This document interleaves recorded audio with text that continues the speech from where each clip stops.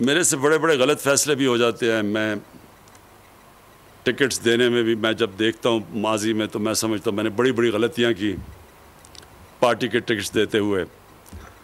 کئی جگہ میں اب سوچتا ہوں کہ اگر مجھے پہلے موقع ہوتا تو میں اس طرح نہیں اس کو وزیر بنا دیتا, اس کو نہ کرتا. یہ میں سوچتا رہتا ہوں سارا وقت. لیکن مجھے جو آج بڑی خوشی ہے کہ اس ایک فیصلہ جو کیا, جو میں اللہ کا شکر کرتا ہوں کہ میں نے صحیح فیصلہ کیا, وہ خالد کو آپ کا وزیر اعلیٰ بنانے کا.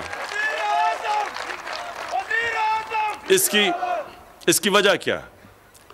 دیکھیں, ایک انسان, ہمارے بدقسمتی سے ہمارے جو لوگ, جو انسان ہمارے پولیٹکس میں آتے ہیں وہ 3 طرح کے لوگ ہوتے ہیں.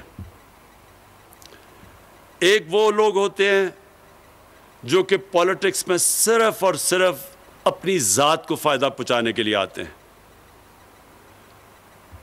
اور ان کے اندر بھی 2 کیٹیگریز ہوتی ہیں. ایک اپنی ذات کو فائدہ پہنچانے کے لیے آتے ہیں لیکن کوئی غیر قانونی چیز کر کے نہیں, بس اپنی پوزیشن کا فائدہ اٹھانے کے لیے. حالانکہ اگر میں اقتدار سے اپنی ذات کو فائدہ پہنچاؤں تو اس کو کرپشن کہتے ہیں.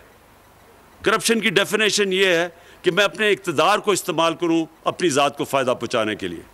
لیکن ہمارے کیونکہ اتنا بدقسمتی سے پولیٹکس میں اخلاقیات اتنی گر چکی ہیں کہ اس کو کوئی کرپشن نہیں سمجھتا. اور اس کے دوسری جو لوگ ہیں وہ ہیں جو یہاں سے پیسہ چوری کر کے ملک سے باہر لے کے جاتے ہیں. یہ اس ملک کے سب سے بڑے غدار اور سب سے بڑے مجرم ہیں. 2 طرح نقصان پہنچاتے ہیں. ایک, وہ پیسہ چوری کر لیتے ہیں جو ہمارے ملک میں خرچ ہونا چاہیے. دوسرا, جب وہ ملک سے باہر لے کے جاتے ہیں تو ہمیں دوسرا نقصان پہنچاتے ہیں کیونکہ ڈالر لے کے باہر پہنچاتے ہیں.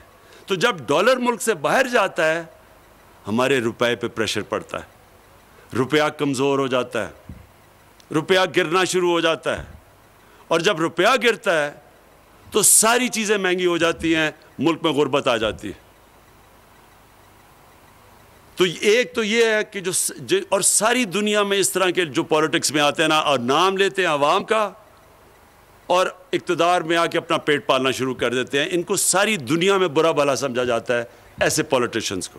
دوسری کیٹیگری, اور اس میں کافی لوگ فٹ ان ہو جاتے ہیں, اور وہ ایسے ہوتے ہیں کہ وہ اقتدار سے فائدہ بھی اٹھاتے ہیں لیکن وہ کچھ لوگوں کے لیے بھی کام کر دیتے ہیں. لیکن کام وہ کرتے ہیں جس سے ووٹس مل جائیں, لیکن زیادہ تر اس کیٹیگری میں لوگ آ جاتے ہیں. اور پھر ایک خاص کیٹیگری ہے, جب اس کیٹیگری میں زیادہ لوگ آ جائیں وہ ملک اوپر آ جاتا ہے. وہ ہے جدھر سیاست ایک عبادت بن جاتی ہے. وہ سب سے بڑے دنیا کے لیڈر ہمارے نبی صلی اللہ علیہ وسلم نے, انہوں نے ہمیں ایک راستہ دکھایا کہ انہوں نے جو ان کی جو ریاست تھی, جو ان کا اقتدار تھا, وہ صرف اور صرف عوام کی بہتری کے لیے تھا.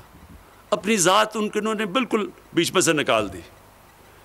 تو جو بھی جیسے پہلے تو بہت ہی غریب تھے, امہ مدینہ کی ریاست میں بڑا برا حال تھا, لیکن جیسے جیسے پیسہ آیا وہ سارا پیسہ انہوں نے لوگوں کے اوپر خرچ کیا, نچلے طبقے کو اوپر اٹھانے کے لیے خرچ کیا, کمزوروں کے لیے, معذوروں کے لیے, بیواؤں کے لیے, یتیموں کے لیے.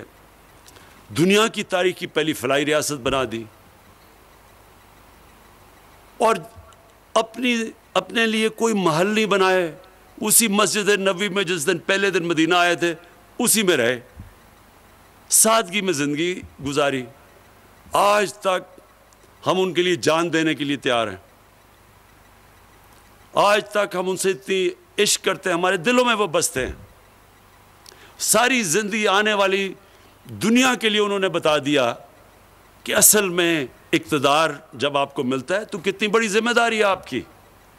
اے نور خدا, نور بصیرت کی طلب ہے, رمضان کا صدقہ تیری رحمت کی طلب ہے.